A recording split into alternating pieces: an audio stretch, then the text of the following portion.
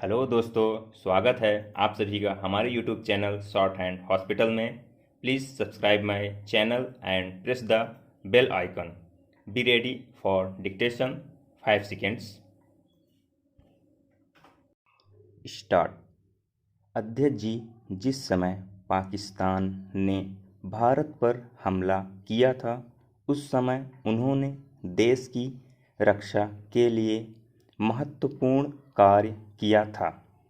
इसके साथ ही मैं मंत्री महोदय को यह भी स्मरण दिलाना चाहता हूँ कि शायद उन्होंने इस पर ध्यान नहीं दिया कि इस बार जो राष्ट्रीय पुरस्कार मिले हैं उनमें रेलवे प्रशासन को केवल 2 ही प्राप्त हुए हैं, जबकि मैं ऐसा मानता हूँ कि हमारी सेना के बाद अगर किसी ने युद्ध काल में सराहनीय कार्य किया है तो वह रेलवे प्रशासन अथवा रेलवे कर्मचारी और अधिकारी हैं।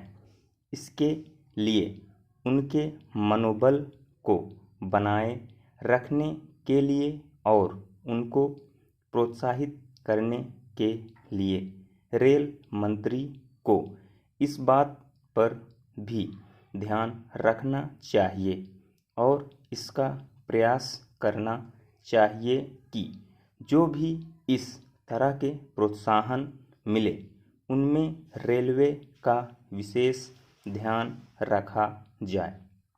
पैरा।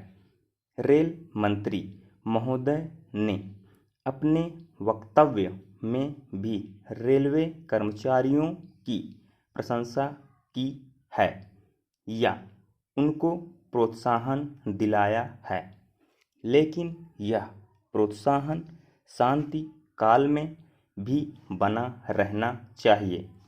रेलवे ने युद्धकाल में जो काम किया वह देश की रक्षा का महान उद्देश्य था, लेकिन उसके बाद देश के निर्माण में या गरीबी मिटाने के लिए जो युद्ध होता है उसमें भी प्रत्येक रेलवे कर्मचारी का मनोबल उसी तरीके से बना रहे, इसके लिए भी रेल मंत्री महोदय को कुछ कदम उठाने की आवश्यकता है।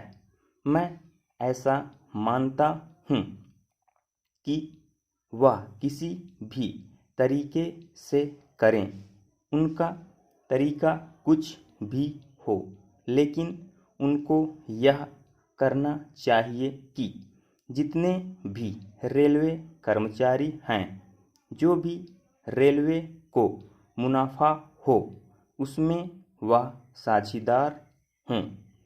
चाहे आप उनको बोनस के रूप में कुछ दें, चाहे किसी और तरीके से दें, लेकिन हर वर्ग के रेलवे कर्मचारी को मालूम होना चाहिए कि यदि वह देश के निर्माण में संबंध के ठीक तरह से काम करेगा तो उसको पुरस्कार के रूप में या वेतन के अंश के रूप में अपने वेतन के अलावा पैसा मिलेगा।